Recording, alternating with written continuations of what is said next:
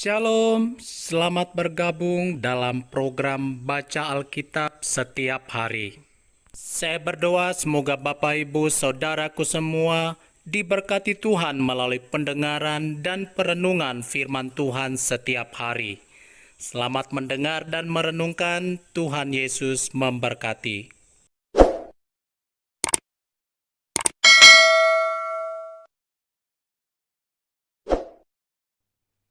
Bilangan pasal 12.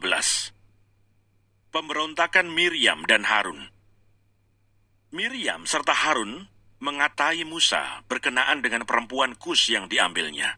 Sebab memang ia telah mengambil seorang perempuan Kus. Kata mereka, "Sungguhkah Tuhan berfirman dengan perantaraan Musa saja? Bukankah dengan perantaraan kita juga ia berfirman?" Dan kedengaranlah hal itu kepada Tuhan. Adapun Musa ialah seorang yang sangat lembut hatinya, lebih dari setiap manusia yang di atas muka bumi. Lalu berfirmanlah Tuhan dengan tiba-tiba kepada Musa, Harun dan Miriam, "Keluarlah kamu bertiga ke kemah pertemuan." Maka keluarlah mereka bertiga. Lalu turunlah Tuhan dalam tiang awan dan berdiri di pintu kemah itu. Lalu memanggil Harun dan Miriam. Maka tampillah mereka keduanya. Lalu berfirmanlah ia, "Dengarlah firmanku ini. Jika di antara kamu ada seorang nabi, maka aku, Tuhan, menyatakan diriku kepadanya dalam penglihatan. Aku berbicara dengan dia dalam mimpi. Bukan demikian hambaku Musa, seorang yang setia dalam segenap rumahku. Berhadap-hadapan aku berbicara dengan dia, terus terang, bukan dengan teka-teki, dan ia memandang rupa Tuhan. Mengapakah kamu tidak takut mengatai hambaku Musa? Sebab itu bangkitlah murka Tuhan terhadap mereka, lalu pergilah ia. Dan ketika awan telah naik dari atas kemah, maka tampaklah Miriam kena kusta, putih seperti salju. Ketika Harun berpaling kepada Miriam, maka dilihatnya bahwa dia kena kusta. Lalu kata Harun kepada Musa, "Ah tuanku, janganlah kiranya timpakan kepada kami dosa ini, yang kami perbuat dalam kebodohan kami. Janganlah kiranya dibiarkan dia sebagai anak gugur, yang pada waktu keluar dari kandungan ibunya, sudah setengah busuk dagingnya." Lalu berserulah Musa kepada Tuhan, "Ya Allah, sembuhkanlah kiranya dia." Kemudian berfirmanlah Tuhan kepada Musa, "Sekiranya ayahnya meludahi mukanya, tidakkah ia mendapat malu selama 7 hari? Biarlah dia selama 7 hari dikucilkan keluar tempat berkemahan. Kemudian bolehlah ia diterima kembali." Jadi dikucilkanlah Miriam keluar tempat perkemahan 7 hari lamanya, dan bangsa itu tidak berangkat sebelum Miriam diterima kembali. Kemudian berangkatlah mereka dari Haserot dan berkemah di padang gurun Paran.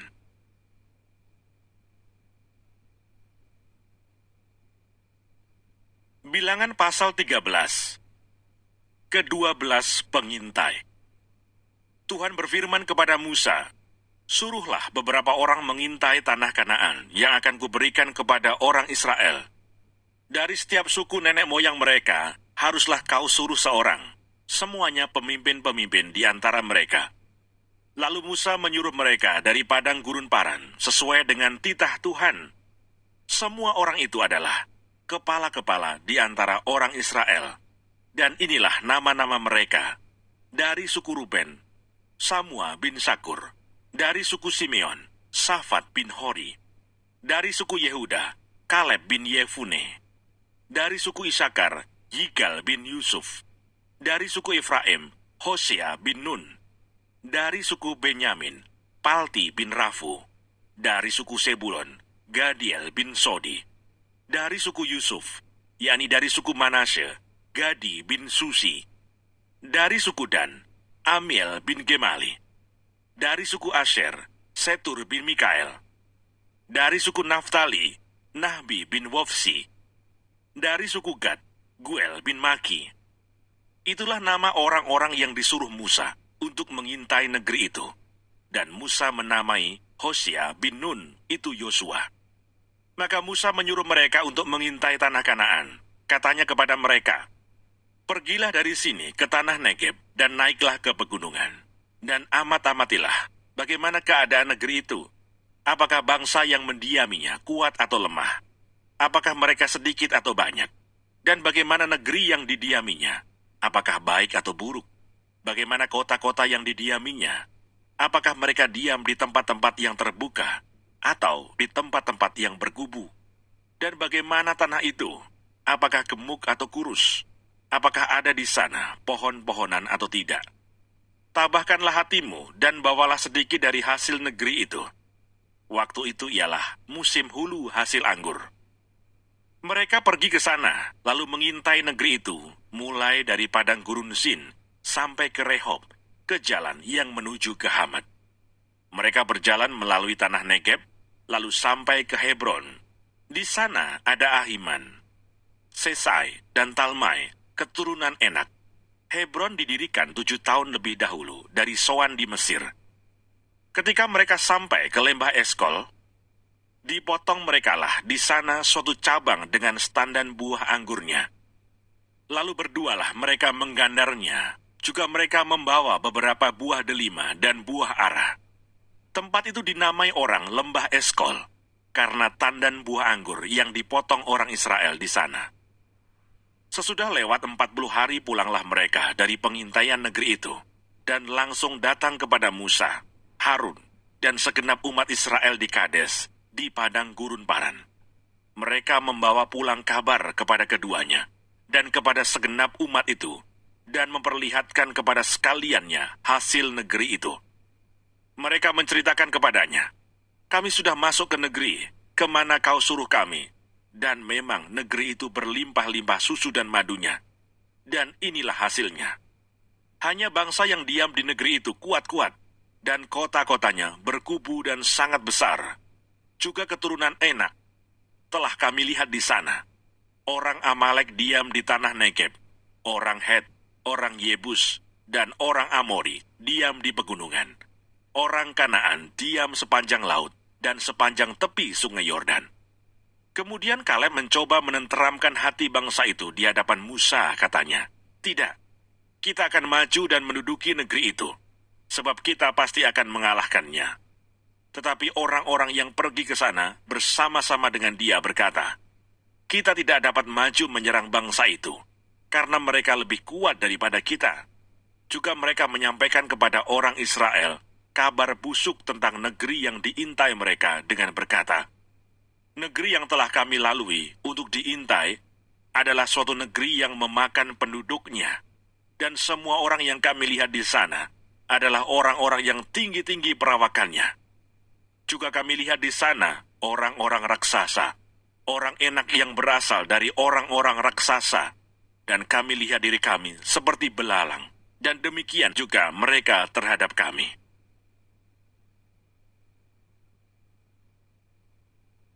Bilangan pasal 14. Pemberontakan umat Israel. Lalu segenap umat itu mengeluarkan suara nyaring, dan bangsa itu menangis pada malam itu. Bersungut-sungutlah semua orang Israel kepada Musa dan Harun. Dan segenap umat itu berkata kepada mereka, sekiranya kami mati di tanah Mesir, atau di padang gurun ini, mengapakah Tuhan membawa kami ke negeri ini, supaya kami tewas oleh pedang, dan istri serta anak-anak kami menjadi tawanan? Bukankah lebih baik kami pulang ke Mesir? Dan mereka berkata seorang kepada yang lain, baiklah kita mengangkat seorang pemimpin, lalu pulang ke Mesir. Lalu sujudlah Musa dan Harun di depan mata seluruh jemaah Israel yang berkumpul di situ. Tetapi Yosua bin Nun dan Kaleb bin Yefune, yang termasuk orang-orang yang telah mengintai negeri itu, mengoyakkan pakaiannya, dan berkata kepada segenap umat Israel, negeri yang kami lalui untuk diintai itu adalah luar biasa baiknya. Jika Tuhan berkenan kepada kita, maka Ia akan membawa kita masuk ke negeri itu dan akan memberikannya kepada kita. Suatu negeri yang berlimpah-limpah susu dan madunya. Hanya janganlah memberontak kepada Tuhan, dan janganlah takut kepada bangsa negeri itu. Sebab mereka akan kita telan habis. Yang melindungi mereka sudah meninggalkan mereka, sedang Tuhan menyertai kita. Janganlah takut kepada mereka. Lalu segenap umat itu mengancam hendak melontari kedua orang itu dengan batu. Tetapi tampaklah kemuliaan Tuhan di kemah pertemuan kepada semua orang Israel. Tuhan berfirman kepada Musa, "Berapa lama lagi bangsa ini menista aku? Dan berapa lama lagi mereka tidak mau percaya kepadaku, sekalipun sudah ada segala tanda mukjizat yang kulakukan di tengah-tengah mereka? Aku akan memukul mereka dengan penyakit sampar dan melenyapkan mereka. Tetapi engkau akan kubuat menjadi bangsa yang lebih besar dan lebih kuat daripada mereka." Lalu berkatalah Musa kepada Tuhan, "Jikalau hal itu kedengaran kepada orang Mesir, padahal engkau telah menuntun bangsa ini dengan kekuatanmu dari tengah-tengah mereka, mereka akan bercerita kepada penduduk negeri ini yang telah mendengar bahwa engkau, Tuhan, ada di tengah-tengah bangsa ini, dan bahwa engkau, Tuhan, menampakkan dirimu kepada mereka dengan berhadapan muka, waktu awanmu berdiri di atas mereka, dan waktu engkau berjalan mendahului mereka di dalam tiang awan pada waktu siang, dan di dalam tiang api pada waktu malam. Jadi jikalau engkau membunuh bangsa ini sampai habis, maka bangsa-bangsa yang mendengar kabar tentang engkau itu nanti berkata, oleh karena Tuhan tidak berkuasa membawa bangsa ini masuk ke negeri yang dijanjikannya dengan bersumpah kepada mereka, maka ia menyembelih mereka di padang gurun. Jadi sekarang biarlah kiranya kekuatan Tuhan itu nyata kebesarannya, seperti yang kau firmankan. Tuhan itu berpanjangan, sabar, dan kasih setianya berlimpah-limpah. Ia mengampuni kesalahan dan pelanggaran, tetapi sekali-kali tidak membebaskan orang yang bersalah dari hukuman. Bahkan ia membalaskan kesalahan bapa kepada anak-anaknya, kepada keturunan yang ketiga dan keempat. Ampunilah kiranya kesalahan bangsa ini sesuai dengan kebesaran kasih setiamu, seperti engkau telah mengampuni bangsa ini mulai dari Mesir sampai kemari. Berfirmanlah Tuhan, aku mengampuninya sesuai dengan permintaanmu. Hanya demi aku yang hidup dan kemuliaan Tuhan memenuhi seluruh bumi. Semua orang yang telah melihat kemuliaanku dan tanda-tanda mukjizat yang kuperbuat di Mesir dan di padang gurun, namun telah 10 kali mencobai aku dan tidak mau mendengarkan suaraku, pastilah tidak akan melihat negeri yang kujanjikan dengan bersumpah kepada nenek moyang mereka. Semua yang menista aku ini tidak akan melihatnya. Tetapi hambaku Kaleb, karena lain jiwa yang ada padanya, dan ia mengikut aku dengan sepenuhnya, akan kubawa masuk ke negeri yang telah dimasukinya itu, dan keturunannya akan memilikinya. Orang Amalek dan orang Kanaan diam di lembah. Sebab itu, berpalinglah besok dan berangkatlah ke padang gurun, ke arah Laut Teberau. Lagi berfirmanlah Tuhan kepada Musa dan Harun, berapa lama lagi umat yang jahat ini akan bersungut-sungut kepadaku? Segala sesuatu yang disungut-sungutkan orang Israel kepadaku telah kudengar. Katakanlah kepada mereka, demi aku yang hidup, demikianlah firman Tuhan, bahwasanya seperti yang kamu katakan di hadapanku, demikianlah akan kulakukan kepadamu. Di padang gurun ini, bangkai-bangkaimu akan berhantaran, yakni semua orang di antara kamu yang dicatat, semua tanpa terkecuali yang berumur 20 tahun ke atas, karena kamu telah bersungut-sungut kepadaku. Bahwasanya kamu ini tidak akan masuk ke negeri yang dengan mengangkat sumpah telah kujanjikan akan kuberi kamu diami, kecuali Kaleb bin Yefune dan Yosua bin Nun. Tentang anak-anakmu yang telah kamu katakan, mereka akan menjadi tawanan, merekalah yang akan kubawa masuk, supaya mereka mengenal negeri yang telah kamu hinakan itu. Tetapi mengenai kamu, bangkai-bangkaimu akan berhantaran di padang gurun ini, dan anak-anakmu akan mengembara sebagai penggembala di padang gurun 40 tahun lamanya, dan akan menanggung akibat ketidaksetiaan, sampai bangkai-bangkaimu habis di padang gurun. Sesuai dengan jumlah hari yang kamu mengintai negeri itu, yakni 40 hari, 1 hari dihitung 1 tahun, jadi 40 tahun lamanya, kamu harus menanggung akibat kesalahanmu, supaya kamu tahu rasanya jika aku berbalik daripadamu. Aku, Tuhan, yang berkata demikian. Sesungguhnya aku akan melakukan semuanya itu kepada segenap umat yang jahat ini, yang telah bersepakat melawan aku. Di padang gurun ini, mereka akan habis, dan disinilah mereka akan mati. Adapun orang-orang yang telah disuruh Musa untuk mengintai negeri itu, yang sudah pulang dan menyebabkan segenap umat itu bersungut-sungut kepada Musa, dengan menyampaikan kabar busuk tentang negeri itu, orang-orang itu mati, kena tulah di hadapan Tuhan. Tetapi yang tinggal hidup dari orang-orang yang telah pergi mengintai negeri itu, hanyalah Yosua bin Nun dan Kaleb bin Yefune. Serangan ke bagian selatan gagal. Setelah Musa menyampaikan perkataan ini kepada semua orang Israel, maka berkabunglah bangsa itu dengan sangat. Dan keesokan harinya, bangunlah mereka pagi-pagi hendak naik ke puncak gunung sambil berkata, "Sekarang kita hendak maju ke negeri yang difirmankan Tuhan itu. Memang kita telah berbuat dosa." Tetapi kata Musa, "Mengapakah kamu hendak melanggar titah Tuhan? Hal itu tidak akan berhasil. Janganlah maju, sebab Tuhan tidak ada di tengah-tengahmu, supaya jangan kamu dikalahkan oleh musuhmu. Sebab orang Amalek dan orang Kanaan ada di sana di depanmu, dan kamu akan tewas oleh pedang. Dari sebab kamu berbalik membelakangi Tuhan, maka Tuhan tidak akan menyertai kamu."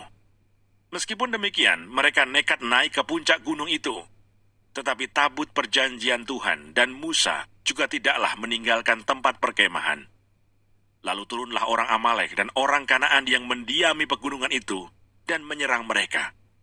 Kemudian orang-orang itu mencerai-beraikan mereka sampai ke Horma.